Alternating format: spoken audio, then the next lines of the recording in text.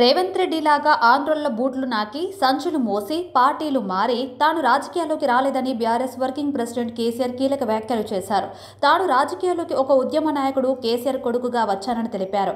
అయ్య పేరు చెప్పి కుర్చీలో కూర్చున్నానంటూ సీఎం రేవంత్ రెడ్డి నాపై పదే పదే విమర్శలు చేస్తున్నాడు. సీఎం హోదాలో ఉండి కేసీఆర్ పట్ల దిగజారుడు మాటలు మాట్లాడుతున్నాడు అంటూ రేవంత్ పై విమర్శలు గుప్పించారు. కామారెడ్డిలో బీఆర్ఎస్ జహీరాబాద్ పార్లమెంటు నియోజకవర్గ స్థాయి కార్యకర్తల విస్తృత స్థాయి సమావేశానికి రాజన్న సిరిసిల్ల జిల్లా గంభీరావుపేట మండల కేంద్రంలో కార్యకర్తల సమావేశానికి ఆయన హాజరయ్యారు. ఈ సందర్భంగా కేటీఆర్ మాట్లాడుతూ విమర్శలకు తాను సమాధానం చెప్పదలుచుకున్నానని అన్నారు. సిరిసిల్ల నుంచి 5 సార్లు ఎమ్మెల్యేగా గెలిచా అని బీఆర్ఎస్ వర్కింగ్ ప్రెసిడెంట్ కేటీఆర్ వ్యాఖ్యానించారు.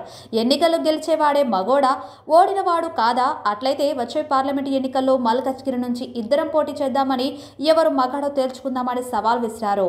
రాష్ట్రంలో సాగునీరు లేక పంటలు ఎండిపోతున్నాయని, కాంగ్రెస్ పాలనలో రైతుల బతుకులు ఆగమయ్యాయని ఆవేదన వ్యక్తం చేశారు కేటీఆర్. రైతులకు సాగునీరు ఇవ్వడం మానేసి మేడిగడ్డ పిల్లర్లు కుంగాయంటూ కాంగ్రెస్ రాజకీయ పబ్బం గడుపుతుందని అన్నారు. రేవంత్ రెడ్డికి మాత్రం చిత్తశుద్ధి ఉన్న ఎన్నికల కోడ్ రాకముందే ఆడబిడ్డలకు 2,500 రూపాయలు, పంట నష్టపోయిన వారికి ఎకరాకు 10,000 రూపాయల చొప్పున పరిహారం ఇవ్వాలని డిమాండ్ చేశారు ఆయన. ప్రస్తుత యాసంగి సీజన్ నుంచే ధాన్యానికి 500 రూపాయలు బోనస్ ఇవ్వడంతో పాటుగా రైతులకు 2 లక్షల రూపాయలు రుణమాఫీ అమలు చేయాలన్నారు. మార్చి 15వ తేదీ వరకు ఓపికగా ఉంటామని, అప్పటికీ హామీలు అమలు చేయకపోతే కాంగ్రెస్ భరతం పడతామని హెచ్చరించారు కేటీఆర్. 39 స్థానాల్లో బీఆర్ఎస్ ను గెలిపించి ప్రజలు ప్రతిపక్ష హోదాను ఇచ్చారన్నారు. ప్రజల తీర్పును తాము స్వీకరిస్తున్నామని పార్లమెంటు ఎన్నికల్లో కామారెడ్డిలో మాజీ ఎమ్మెల్యే గంప గోవర్ధన్ ఆధ్వర్యంలో సమన్వయ కమిటీ ఏర్పాటు చేసి ముందుకు వెళ్లాలని పార్టీ శ్రేణులకు పిలుపునిచ్చారు. బీఆర్ఎస్ జహీరాబాద్ పార్లమెంటు అభ్యర్థిని త్వరలోనే ప్రకటిస్తామని, భారీ మెజార్టీతో గెలిపించుకోవాలని వారిని కోరారు. కాగా జహీరాబాద్ లోక్సభ నియోజకవర్గానికి చెందిన పార్టీ ముఖ్య నేతలతో బీఆర్ఎస్ అధినేత మాజీ సీఎం కేసీఆర్ సమావేశమయ్యారు. లోక్సభ ఎన్నికల్లో పార్టీ వ్యూహం, గెలిపే లక్ష్యంగా చేపట్టాల్సిన కార్యాచరణ వంటి అంశాలపై చర్చించారు. జహీరాబాద్ లోక్సభ నియోజకవర్గంలో తాజా రాజకీయ పరిస్థితిలో సిట్టింగ్ ఎంపీ పార్టీని వీడడం, ఇతర అంశాలపై పార్టీ నేతలతో కేసీఆర్ చర్చించనున్నట్లు తెలుస్తోంది.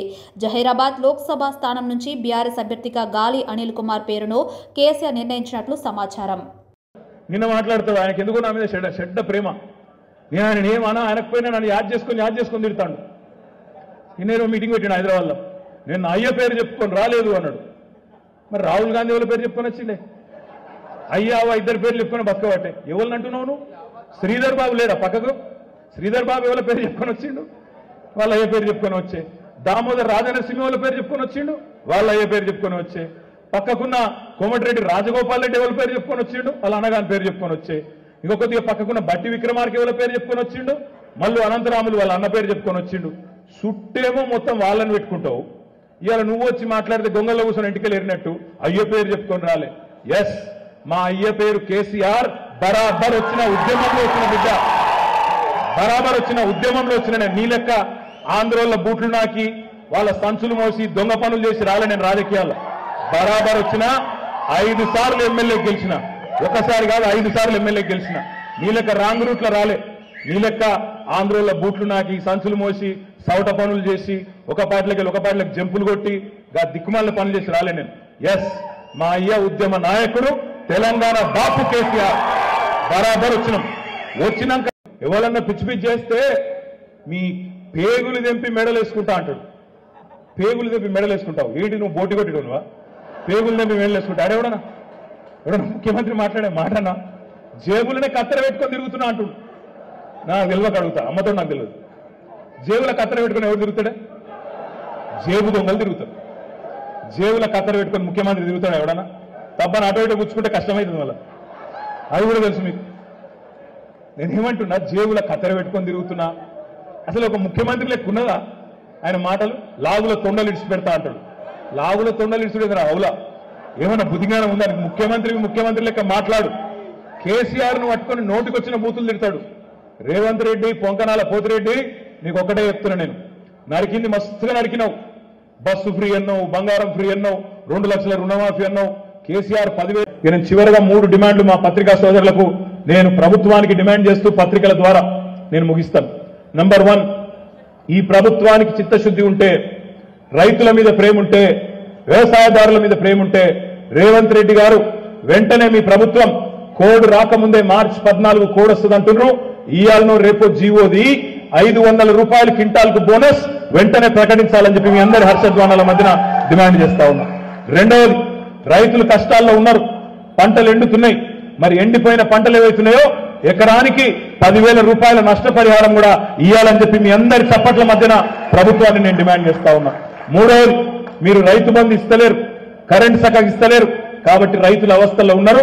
మళ్ళా రుణగ్రస్తులయ్యే ప్రమాదం ఉన్నది, అప్పుల పాలయ్యే ప్రమాదం ఉన్నది. అందుకే రేవంత్ రెడ్డిని నేను డిమాండ్ చేస్తున్నా, నీకు చిత్తశుద్ధి ఉంటే నువ్వు చెప్పిన మాట 3 నెలల కింద 2 లక్షల రుణమాఫీ చేస్తా అన్నావు.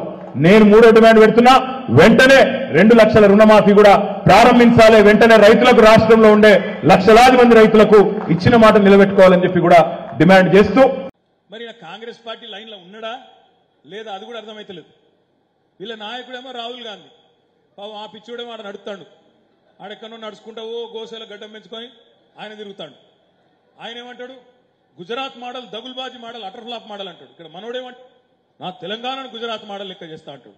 ఆయననేమో అదానిగాడు దొంగ అంటాడు. ఎవరు, రాహుల్ గాంధీ. ఈయననేమో అదాని అలైబలై చేసుకుంటాడు, అదాని మీద వాడు అల్మించుకుంటాడు. ఆయననేమో చౌకీదార్ చోర్ హై అంటాడు.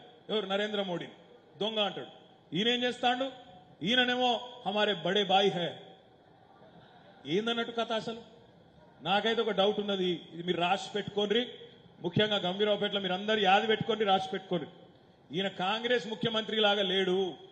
బరాబర్ చెప్తున్నా, పార్లమెంట్ ఎన్నికల తర్వాత ఈ రేవంత్ రెడ్డి అంటే ఆయన రాహుల్ గాంధీకి, కాంగ్రెస్ పార్టీకి వెన్నుపోటు ఒడుస్తాడు, బీజేపీలకు జంప్ అవుతాడు. రాసి పెట్టుకోండి. ఇప్పుడే గద్దెకెక్కిన నాకే మేరక అని చెప్పి డిసెంబర్లో తప్పించుకున్నాడు. అప్పటికే కోతలు చాలైనాయి. సరే, మనం కూడా ఊకున్నాం. ఈసారి ఊకునేది లేదు. ఈ ఎండాకాలం పంట మాత్రం ఖచ్చితంగా బోనస్ ఇచ్చి తీరాల్సిందే, 500 రూపాయలు. కానీ నాకు తెలుసు రేవంత్ రెడ్డి హుషారుగాడు ఏం చెప్తాడు, అరే ఎలక్షన్ కోడ్ వచ్చింది పోయి నేనేం చెప్తా అంటాడు. అందుకే మనం ఏం చెప్పాలంటే, ఎలక్షన్ కోడ్ రాకముందే జీవోది, ఎలక్షన్ కోడ్ రాకముందే జీవోది. మార్చి 13కో 14కో ఎలక్షన్ కోడ్ వస్తుంది అంటాను. దానికంటే ముందే ఆర్డర్ తీస్తే ఏమవుతుంది, కోడ్ అడ్డం రాదు. అర్థమైందా మీకు? ఆర్డర్ తీసినామనుకో తర్వాత ఎలక్షన్ వాడు ఆపడు, కమిషన్ వాడు ఆపడు, బోనస్ ఇచ్చుకోవచ్చు. ముఖ్యమంత్రికి చిత్తశుద్ధి ఉంటే ఆ పని చేయాలి. గవేం చేయకుండా ఊకదంపుడు ఉపన్యాసాలు, కేసీఆర్ని తిట్టుడు, కాళేశ్వరం మునిగిపోయిందని అబద్దాలు ప్రచారం చేసుడు, నీళ్లు ఎత్తిపోసే అవకాశం ఉండగా ఆ పని చేయకుండా డ్రామాలు చేసుడు, ఇవన్నిటినీ మనం తప్పకుండా ప్రజల్లో ఎండగట్టాలి. దొంగ ప్రచారాలు చేసే కాంగ్రెస్ నాయకులను తప్పకుండా నిలదీయాలి.